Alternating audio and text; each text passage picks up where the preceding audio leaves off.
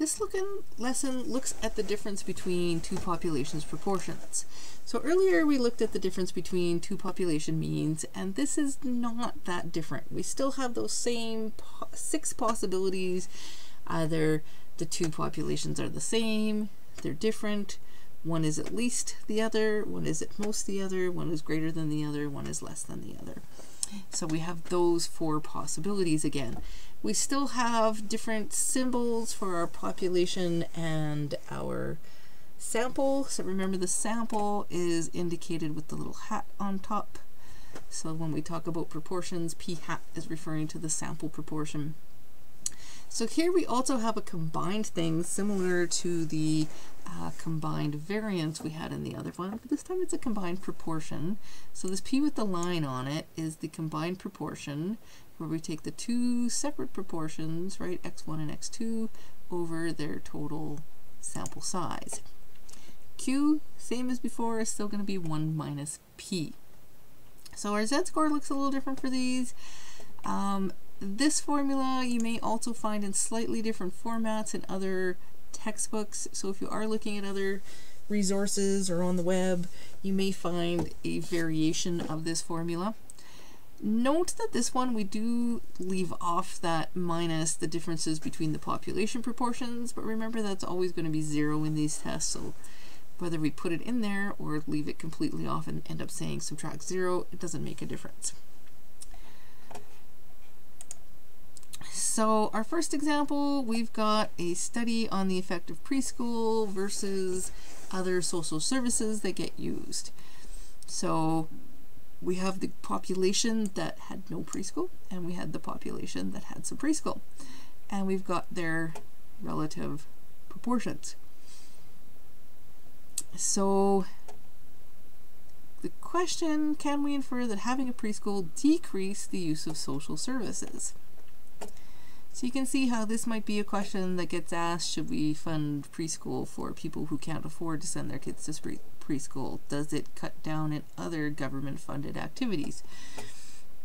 So if we look, our claim is that a decrease, right? So P1 is greater than P2, or P1 minus P2 is greater than 0. We have a right-tailed test. So again, no significance level given on this question, so we're going to use 5%. If we look, our p hat for each of these, 49 over 61 and 38 over 62 respectively. So we can use that to figure out also our p bar, right? Add up those totals for our category over the totals for our sample. And remember, Q is going to be 1 minus that value. So when we plug that in, our first value, I left it as the fraction as opposed to the decimals that we were given here, because the fraction is a little more exact. Plug in our Z's. Sorry, plug in the rest of our score for our Z's. So the 87 over 123 is our p bar. Subtract that from 1, we get 36 over 123 for our q bar. Again, I've shown some of the intermediate steps that aren't necessary to be shown, but don't hurt to be shown. And from there we can calculate our z-score. We're also going to need our critical value, so that 5%, remember, we can look up. This is one-tailed.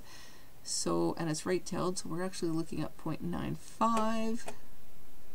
So our test statistic works out to 2.32 when we do this calculation. Our critical value, when we look up 0.95, we get 1.645. We can see our test statistic is definitely falling in that critical region. So we're going to reject H0, but our claim is H1. I see I missed a step and didn't show my H0, so let's put that in now. H0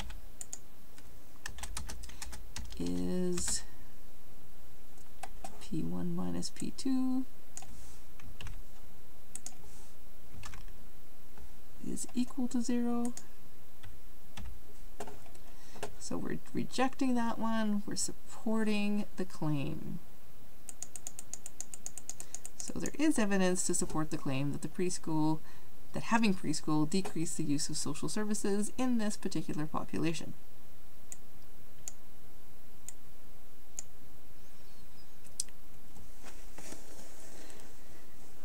Example 2, we're looking to see if the two proportions are equal.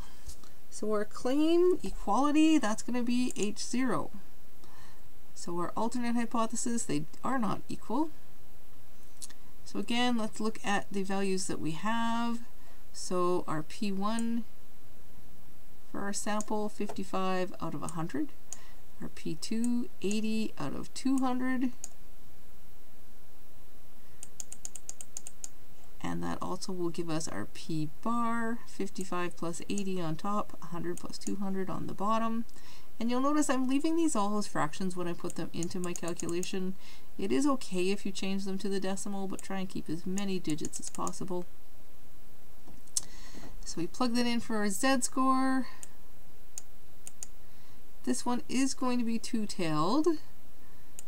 So when we look at our critical value, we have to go plus and minus, so that 5% gets cut in half, 0.025.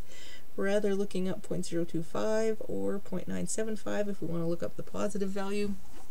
Either way, we get 1.96 either on the positive side or the negative side. We can see that test statistic is going to be further out than the positive one. So again, we're going to reject H0, that they're equal. So our conclusion should state that. The way this question was worded, it just says we wish to know if these are equal. So we can word our conclusion on either side of that, right? We can either say there is evidence to reject that the two populations are equal, or we can say there is evidence to support that the two populations are different. Those both end up saying the same thing. So you can see this is just kind of a variation on the claim with the population means. We have a slightly different formula. You do have to watch that you are using the correct formula for the correct type of thing. So do be careful with that.